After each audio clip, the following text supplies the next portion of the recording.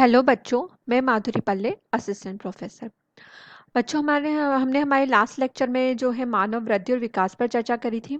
हम हमारी इस लेक्चर में जो मानव विकास की अवस्थाएं या स्टेज ऑफ ह्यूमन डेवलपमेंट पर चर्चा करेंगे। हम सभी जानते हैं कि मानव का विकास जो होता है वह निश्चित अवस्थाओं के अनुसार जो होता है वो एक गति से चलता रहता है। और विकास की एक अवस्था जो होती है वो उसकी दूसरी अवस्था से जो होती है वो अलग होती है, भिन्न होती है। और प्रत्येक अवस्था जो होती है उसके अपने कुछ लक्षण होते हैं। और प्रत्येक अवस्था जो होती है उसके अपने कुछ लक्षण होते हैं।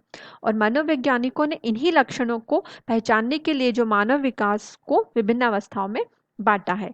इसे ही हम मानव विकास की अवस्थाएं कहते हैं। हम देखते हैं कि विभिन्न वैज्ञानिकों ने विकास की अवस्थाओं को अलग-अलग प्रकार से वर्गीकृत किया गया है। अलग-अलग प्रकार से वर्गीकृत किया गया है, जहाँ जो इस प्रकार है। जैसे हम यहाँ पर देखेंगे रॉस के अनुसार, तो रॉस ने जो है मानव विकास की अवस्था को 4 भागों में बांटा है। उन्होंने सबसे पहली अवस्था बताई शैशवावस्था, जो 1 से 3 वर्ष की होती है। उसके बाद दूसरी उन्होंने पूर्व बाल्यावस्था बताई, जो 3 से 6 वर्ष तक की होती है। उसके बाद उन्होंने तीसरी बताई उत्तर बाल्यावस्था, जो 6 से 12 वर्ष तक की होती है। और चौथी उन्होंने किशोरावस्था बताई, जो 12 से 18 वर्ष तक की होती है।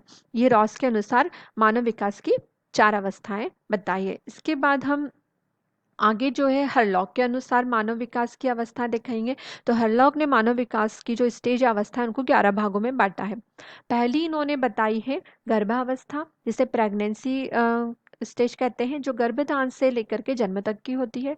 उसके बाद शैशवावस्था, जो इन्फेंसी कहते हैं, जिसे जो जन्म से लेकर के 2 सप्ताह तक की अवस्था होती है। उसके बाद बचपना अवस्था है बेबीहुड, जो तीसरे सप्ताह से लेकर 2 वर्ष तक की उम्र की बताई है। उसके बाद पूर्व बाल्यावस्था, जो अर्ली चाइल्डहुड होता है, वो 3 वर्ष से लेकर के 6 वर्ष तक की अवस्था बताई है। उसके बाद हरलॉग ने उत्तर बाल्यावस्था, जिसे लेट चाइल्डहुड कहते हैं, जो 7 वर्ष से लेकर 12 वर्ष तक की बताई है। उसके बाद वह संधि, जिसे हम प्यूबर्टी कहते हैं, जो 12 वर्ष से लेकर के 14 वर्ष तक की बताई है। उसके बाद उन्होंने 7वीं स्टेज बताई पूर्व किशोरावस्था, जिसे अर्ली एडोलेसेंस कहते हैं, जो 13 से लेकर के 17 वर्ष तक की अवस्था बताई है। उसके बाद जो है उन्होंने 8वीं स्टेज बताई उत्तर किशोरावस्था, जिसे लेट एडोलेसेंस कहते हैं, जो 18 वर्ष से लेकर के 21 वर्ष तक की अवस्था बताई है। उसके बाद 9वीं बताई उन्हें प्रौढ़ावस्था या एडल्टहुड, जो 21 वर्ष से लेकर के 40 वर्ष तक की अवस्था है। उसके बाद हरलॉक ने 10वीं स्टेज बताई है मध्यावस्था या मिडिल एडल्टहुड, जो 41 से लेकर के 60 वर्ष तक की उम्र की बताई है। उसके बाद उन्हें लास्ट स्टेज बताई है 11वीं वृद्धावस्था, जो ओल्ड एज होती है, जो 60 वर्ष के बाद शुरू होती है, उन्होंने बताई। इस तरह से हमने रॉस और हरलॉक के अनुसार जो उन्होंने मानव विकास की स्टेजेस या अवस्थाओं को वर्गीकृत किया था जिस अनुसार, वो हमने यहाँ पर देखा। अब हम देखते हैं कि सामान्यतः जो मानव विकास की अवस्थाएं होती है वो इस तरह होती है, जैसे कि पहली होती है गर्भकालीन अवस्था या प्रीनेटल डेवलपमेंट स्टेज कहते हैं, जो गर्भधान से लेकर के जन्म तक की अवस्था होती है। उसके बाद दूसरी होती है शैशवावस्था, जो जीरो जीरो मतलब जन्म से लेकर के 2 वर्ष तक की अवस्था होती है। उसके बाद बाल्यावस्था या चाइल्डहुड होता है, इसे 2 भागों में बांटा है। पहला होता है अर्ली चाइल्डहुड, जो 2 वर्ष से लेकर के 6 वर्ष तक की उम्र तक होती है। उसके बाद उत्तर बाल्यावस्था या लेट चाइल्डहुड, जो 7 वर्ष से लेकर के 12 वर्ष तक की उम्र तक चलती है। उसके बाद होता है वय संधि, जिसे प्यूबर्टी कहते हैं। जो वय संधि होती है वो बालिकाओं या बालकों मतलब लड़का और जो लड़की होते हैं उनमें अलग अलग उम्र से शुरू होती है। जैसे बालिकाओं में ये जो होता है 11 वर्ष से लेकर के 14 वर्ष तक की उम्र में होती है। और बालकों या लड़कों में ये 12 से लेकर के 13 वर्ष तक की उम्र तक होती है।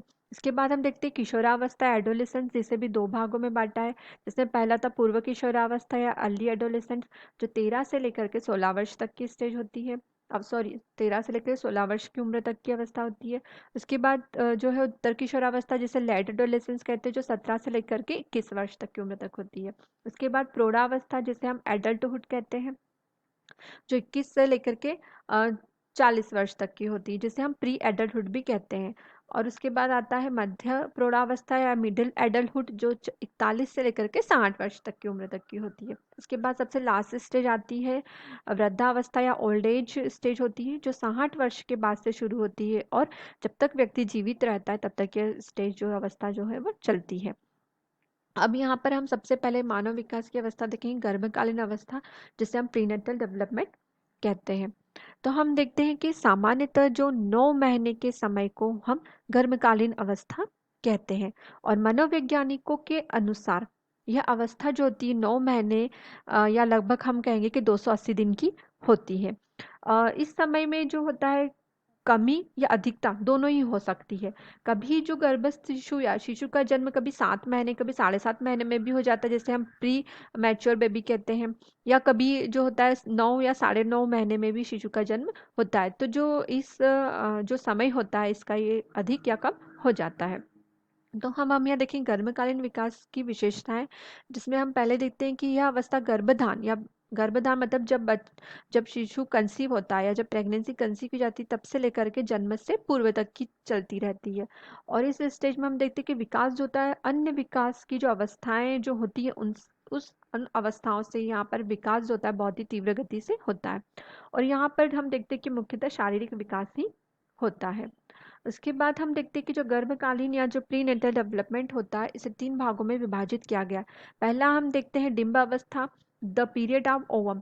इस अवस्था को बीजा अवस्था जर्मिनल पीरियड भी कहते हैं। यह अवस्था जो होती है वो गर्भ धान या बेबी कंसीव करते तब से लेकर के 2 सप्ताह तक चलती है। और इस अवस्था में जो गर्भस्थ जीव होता है वो अंडे के आकार का होता है, और जो अंडे के आकार का जो जीव होता है उसे हम जाइगोट कहते हैं। हम देखते हैं कि इसका आकार जो होता है वो ऑल्पिन का जो सीरा होता है बिल्कुल उस ऑल्पिन के जो सीरे के बराबर होता है। इस अवस्था में हम देखेंगे हम आरोपण या इम्प्लीमेंटेशन या गर्भधान या प्लेसेंटा पे भी हम चर्चा करेंगे कि वो क्या होते हैं। तो हम देखते हैं कि जब देखते हैं कि लगभग 1 सप्ताह तक यह अंडाकार जीव या जो जाइगोट होता है वो यूटेरस या गर्भाशय या जो यूटेरस होता है उसके तरल पदार्थ में जो होता है वो तैरता रहता है। और 10 दिन के बाद हम देखते हैं कि यह जो गर्भाशय या यूटेरस की दीवार पर जो होता है वो चिपक जाता है, और इसी क्रिया को हम आरोपण कहते हैं। तो हम देखते हैं कि जब आरोपण की क्रिया हो जाती है उसके बाद जो गर्भस्थ शिव या गर्भस्थ जो जीव होता है वो अपने आहार के लिए पूरी तरह से माँ के शरीर के ऊपर निर्भर हो जाता है। हम देखते हैं कि आरोपण की क्रिया के द्वारा जो जाइगोट की ऊपरी परत फट जाती है और वह असमान का आकार ग्रहण करके यूटेरस से जुड़े रहता है। और यहीं से हम फिर दूसरा देखते हैं कि गर्भनाल या प्लेसेंटा की जो रचना जो होती है वो शुरू हो जाती है, और प्लेसेंटा से ही जो डिंब या ओवम जो होता है वो माँ के रक्त से जो अपने लिए पोषण या आहार को ग्रहण करता है। उसके बाद हम देखते हैं प्रीनेटल डेवलपमेंट की दूसरी अवस्था जो होती है भ्रूणावस्था या पीरियड ऑफ एम्ब्रियो। इसमें हम देखते हैं कि यह प्रीनेटल डेवलपमेंट या गर्भकालीन विकास की दूसरी अवस्था है जो कि तीसरे सप्ताह से लेकर के दूसरे माह के अंत तक चलती है। और यह अवस्था जो होती है बहुत ही महत्वपूर्ण होती है क्योंकि समस्त शरीर की जो रचना या उसका आकार जो रहता है, शरीर का आकार जो होता है इसी अवस्था में बन जाता है। और हम देखते हैं कि भ्रूण की लंबाई जो होती है यहाँ पर 1.25 इंच से लेकर के 2 इंच तक की होती है, और उसका वजन जो होता है 200 ग्राम का हो जाता है। और हम देखते हैं कि यहाँ पर जो कोशिकाओं का विभाजन जो होता है निरंतरता से होता ही रहता है, और इसी आधार पर जो डिंब ओवम जो रहता है 3 परतों में बढ़ जाता है। हम देखते हैं यहाँ पर जो यहाँ हम पहले देखेंगे बाह्य परत या एक्टोडर्म होती है।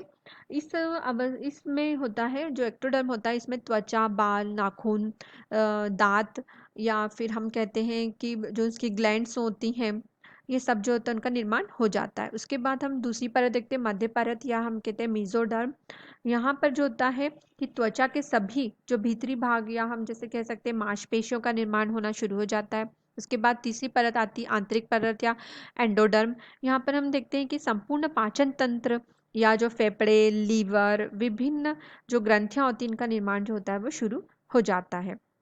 यह अवस्था में हम देखते हैं कि जो विकास होता है गर्भस्थ शिशु का बहुत ही तीव्र गति से होता है, और जो होता है इसमें जो भ्रूण जो रहता है वो एक जो है वो मानव शरीर की रचना का रूप ग्रहण कर लेता है। यह अवस्था जो होती है बहुत ही महत्वपूर्ण होती है क्योंकि इस अवस्था में हम कहते हैं कि जो गर्भस्थ महिला होती है उसे बहुत ही सावधानी बरतनी पड़ती है। उसके बाद हम देखते हैं प्रीनेटल डेवलपमेंट की तीसरी स्टेज जो होती है गर्भस्थ शिशु की अवस्था या फिर द पीरियड ऑफ फिटस। हम देखते हैं कि ये जो प्रीनेटल डेवलपमेंट की आखिरी स्टेज होती है।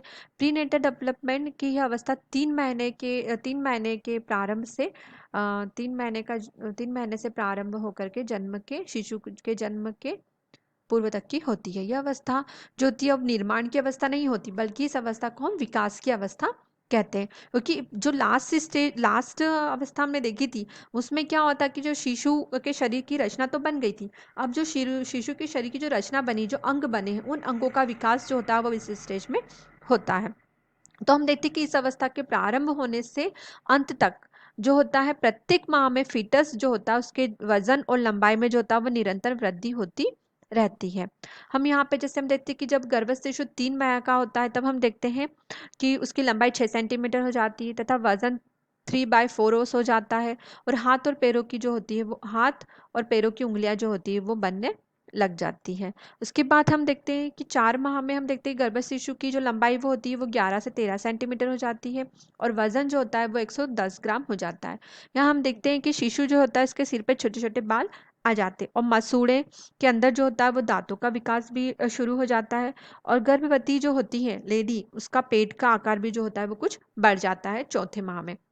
अब हम 5वें माह की बात करते हैं तो हम देखते हैं कि 5वें माह में जो शिशु होता है उसकी लंबाई 20 सेंटीमीटर होती है और वजन 300 ग्राम का हो जाता है। हम देखते हैं कि यहाँ पर इस 5 महीने में जो गर्भस्थ जीव होता है उसके हृदय की धड़कन प्रारंभ हो जाती है और मांसपेशियां भी जो होता है वो सक्रिय हो जाती है और शिशु जो होता है, गर्भस्थ शिशु, उसकी कई सारी क्रियाओं में वृद्धि शुरू हो जाती है। उसके बाद हम देखते हैं कि 6ठे माह में इस 6ठे माह में हम देखते हैं कि त्वचा जो होती है वो रोएदार हो जाती है और शिशु जो होता है वो शरीर पर तरल पदार्थ भी जो होता है उस पर एकत्रित होने लग जाता है। और इस अवस्था में जो हम देखते हैं कि शरीर का विकास भी बहुत तीव्र गति से होता है और हम देखते हैं कि सिर जो होता है इस माह के अंत तक संपूर्ण शरीर का आधा भाग हो जाता है। उसके बाद हम 9वां माह देखते हैं तो हम देखते हैं कि इस माह में जो शिशु होता है वो माँ के पेट में एक अपनी पोजीशन या स्थिति को बना लेता है और उस स्थिति में वो स्थिर रहता है। उसके बाद हम देखते हैं कि जब गर्भस्थ शिशु 8 माह का जब होता है या 8 माह में हम देखते हैं कि शिशु की लंबाई जो होती है वो 18 इंच हो जाती है, वजन 5 पाउंड का हो जाता है और हम देखते हैं कि सभी जो बोन्स का निर्माण जो होता है वो भी इस अवस्था में शुरू हो जाता है, पूरा हो जाता है। बोन्स का निर्माण जो होता है वो इस अवस्था में पूरा हो जाता है और त्वचा जो होती है वो लाल रंग की हो जाती है। लास्ट हम 9वें माह में देखते हैं तो इसमें देखते हैं कि शिशु की त्वचा जो होती है, जो 8वें माह में लाल कलर की जो थी, इस 9वें माह में आकर के वो अपना स्वाभाविक रंग जो रहती है वो ग्रहण कर लेती है, त्वचा का रंग स्वाभाविक हो जाता है। और सिर पर हम देखते हैं कि घने बाल आ जाते हैं, घने बाल जो है वो आ जाते हैं और शिशु जो होता है वो धीरे धीरे यूटेरस में नीचे की ओर खिसकने लगता है और वो उसी स्थिति में रहता है और जब तक कि वो जन्म नहीं ले लेता है तब तक। इस तरह से हमने जो है प्री मानव विकास की स्टेजेस देखी थी रॉस और हरलॉक के अनुसार। उसके बाद में हमने उसकी मानव विकास की पहली स्टेज होती है प्रीनेटल डेवलपमेंट, उस पर चर्चा करी। प्रीनेटल डेवलपमेंट की स्टेज पर हमने चर्चा करी थी। अब इसके बाद हम हमारे नेक्स्ट लेक्चर पे जो है मानव विकास की जन्म लेने के बाद की जो दूसरी अवस्था होती है इन्फेंशिया, शैशवावस्था, उस पर हम चर्चा करेंगे।